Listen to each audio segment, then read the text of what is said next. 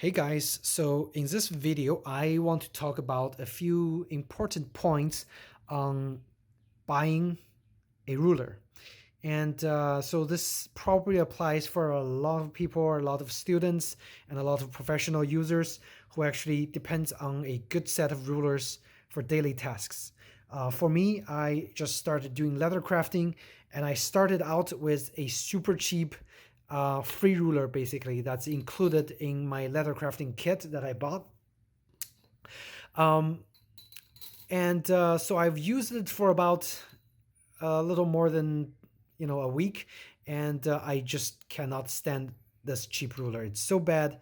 Um, and I went out and I actually bought a professional ruler. It's day and night difference, and here let me just tell you why the professional ruler is gonna probably someday save your finger and also make your cutting job so much easier.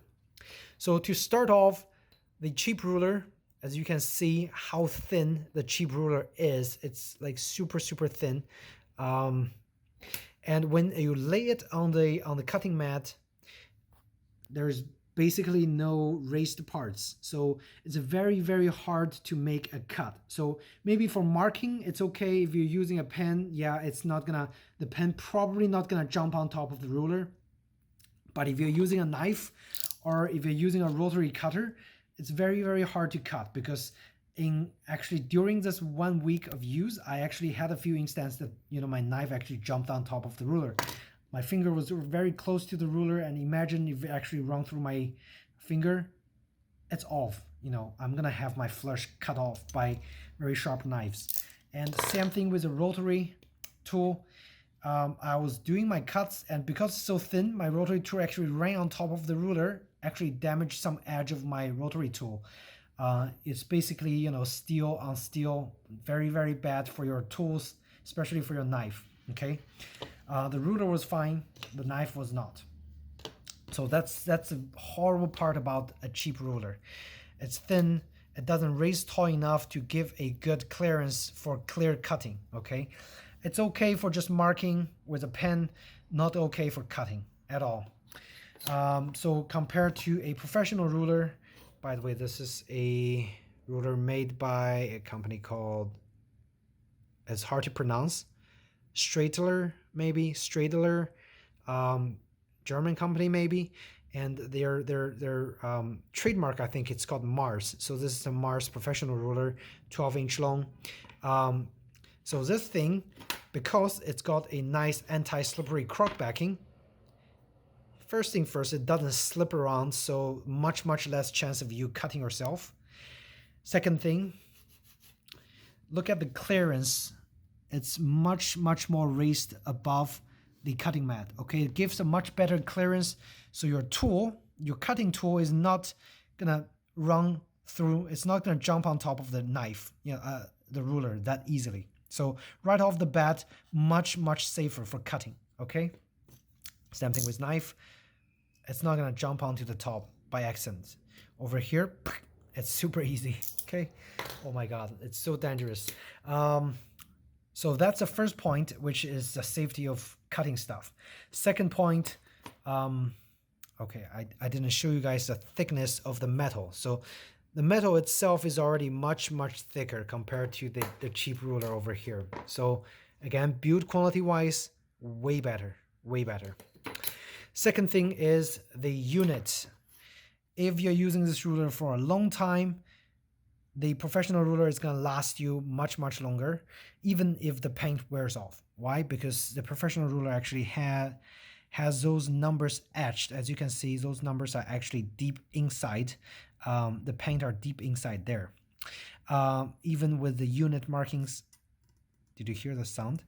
So they are indented. Okay, with a cheap ruler, it's cheap paint. The paint just being painted on here, and with use, the paint wears off super quickly. And as you can see, some of the area, probably the markings are already off, and you can see the scratches.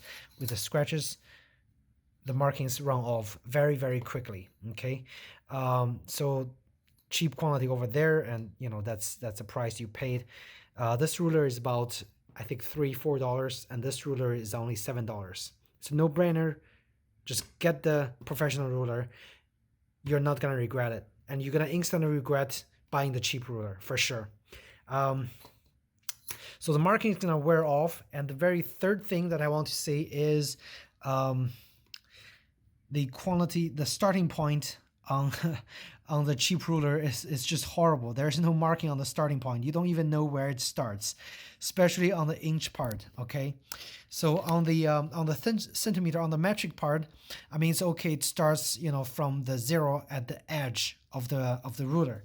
But if you are a U.S. user, United States user, you use the imperial unit a lot, the starting point is gonna make you super frustrated. It's right here, and it's just pretty much impossible to do. Okay, so that's pretty dumb. The only workaround is you start from 12 and you just mark from here, and then you're gonna have to work your math in the brain to convert it back from 1, 2, 3, 4, 5, which is horrible. Okay,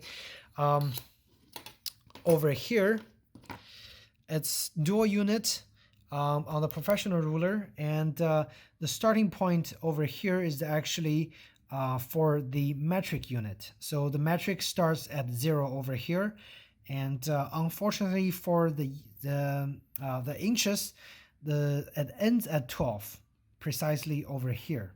Okay, so at least your starting point is over here if you need to use this edge to make a starting point.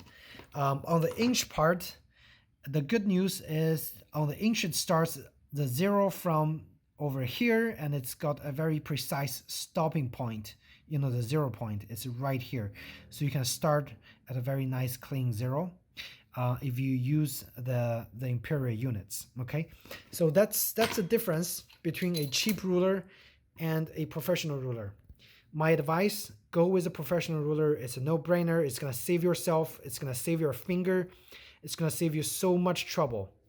Get a professional ruler, and the next step I'm gonna do is I'm gonna toss this ruler away. Okay, because it's just so bad, and I'm afraid of cutting my fingers off on a cheap ruler. Okay, so there you have it. Questions, comments, feel free to ask me in the comment section down below. So thanks again. I'll see you in my next video. Take care.